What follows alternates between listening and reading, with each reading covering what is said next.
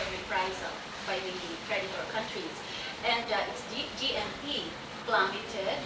In other words, overall, the economy suffered. So, Why do you think the CARP never succeeds, or why is it confronted with many problems? Okay, the CARP, the Comprehensive Agrarian Reform Program, is a monster created by the intellectual amoebas of Congress. You remember in your biology, you remember in your biology class that the elemental forms of human life are called amoebas, useful for nothing except to consume the bounties of nature and to reproduce. And that is all that the members of Congress do. They consume the bounties of Philippine nature and they reproduce, and they don't engage in any other intellectual activity. So that's what happened when they produced the CARP. Now, why do I say that? That's because it's like this. The law students here, the members of the Portia Sorority, will tell you that the efficacy, the effectiveness of a legal system depends on the level of universality that it is able to reach. In other words, when you promulgate a law, you should make it applicable to everybody. That's why the Equal Protection of the Laws Clause is the first section that you find in the Bill of Rights. That's Section 1. In fact, my position as a constitutional law professor is you can eliminate totally the Bill of Rights except Section 1, and you still have the entire constellation of human rights that any individual could possibly need. In other words, it's the importance of the Equal Protection Clause. As long as you treat everybody fairly in legal contemplation. The more exceptions there are in the law, the weaker it is.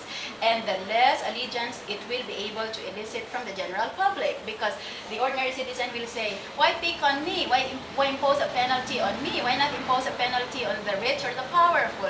The law is playing favorites. To use the famous words of Einstein, the law is playing dice with the universe. Einstein said God plays dice with the universe.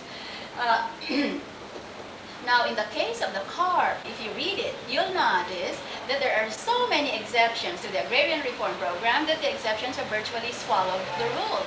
And the most notorious exception of all is the stock transfer option. It has no impact, it does not impact on his life. And furthermore, on a more serious level, the stock transfer option raises very serious constitutional questions. It raises a cloud of doubt in the constitutionality of the law, because the Constitution provides for agrarian reform and defines the EUF as the delivery of land to landless farmers. It's really untenable that the secretary charged with implementation of the law should initiate her tenure in office by denigrating the law. She is charged by law to implement. That's why I could not say this when I was Secretary of Agrarian Reform, although I did make the official statement that in my view, the proposed law offered by the Congress for People's Agrarian Reform, or CIPAR, was a superior piece of legislation. That was my indirect way of saying that CARP is shot through, is riddled with legislative defects. Why was she acquitted? Well, one, because our government was unprepared. You'll notice that, well, I give as the first reason first, because they have a jury system in the United States, which we don't have here. So to understand, to put the acquittal in context, you have to have some basic understanding of the way the jury system operates. The jury system operates according to the rule of unanimity. There are 12 members of the jury. They must be unanimous, otherwise there is no official verdict. That's what is called a hung jury if they're divided in voting, and they have to retry the case. They have to have a retrial all over again. Now, therefore, you see from the rule of unanimity that one jury member has the power to veto all the 11 others. The 11 might be agreed, but if one hand stops, he can in effect reverse everybody by insisting that the case should be retried, or even worse, just by appealing to their baser instincts. Because you know, in the United States, if you've got jury duty, you're sequestered physically. You understand that, don't you? You're taken from your homes, you're taken to one residential area, normally a hotel, and you are isolated and sequestered from the rest of the community. You're not even allowed to read newspapers or to communicate with your family. If you have a business, you just have to neglect it for the period of time that it takes for the jury to deliberate. And now, in the case of Mrs. Marcos, they had been sequestered for 3 months because that's how long the case took. So, can you imagine yourself, you remember 3 months living in a hotel room, in the same city with your family, but you're not even allowed to communicate with them. You're worried about your children, or maybe the business is suffering reverses.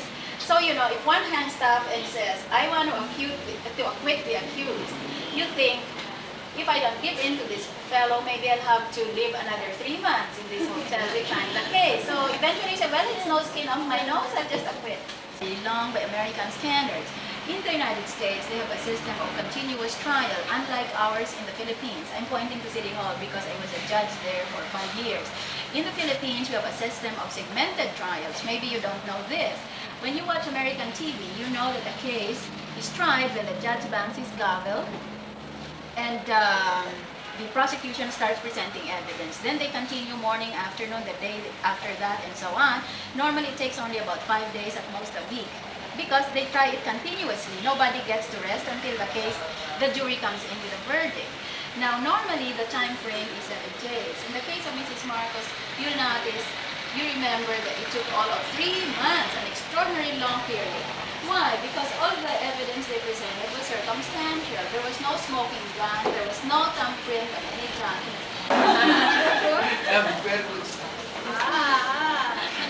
Where do you go to press? You do? No, I mean, what printing press? Angeles City? Bring the good copies there.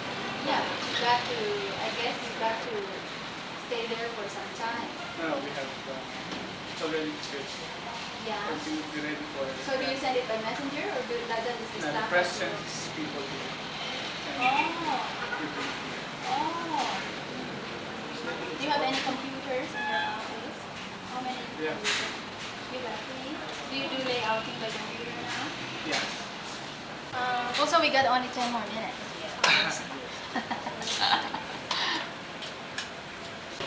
I would refuse to tell them. Ayaw ko nga sabihin para malito sila. But since I am in the presence of people I consider friends, not only friends, but potential supporters,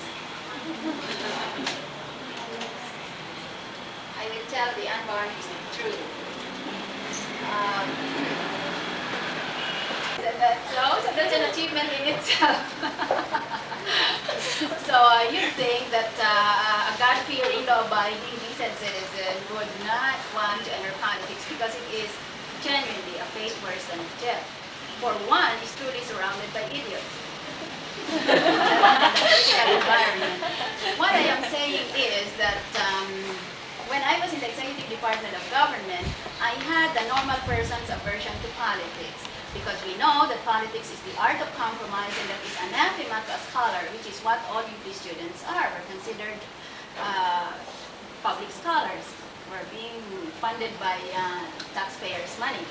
Now, here we are taught in academia that we must be uncompromising in the pursuit of academic excellence. We don't care what the consequences are for ourselves or even to the rest of society, for as long as we are legitimately engaged in the pursuit of truth. So if we pursue the formula 1 + 1, we must arrive at 2, regardless of the consequences to ourselves. Now, that is a polar departure from the atmosphere in politics. For, as I said, the basic principle is politics is the art of compromise. So I was totally sincere when I told the politicians to read my lips, because even at the very start, I was already treated like vermin. I was always being held at arm's length. I always ran up to a senator or a congressman. I'd say, I love you 3 times a day. Please cooperate with me and say ID. Pero hindi sila bilib sa sex appeal ko eh. Sadya nila akong kinakalaban. That's because I think they suspected that I might have a political agenda up my sleeve. So I told these politicians, read my lips. I have been a scholar all my life. It would be impudent for me to even entertain the ambition of penetrating politics because that's a murky arena. It's so too dense for a person of my temperament. And I pleaded only for them to support the programs that I had initiated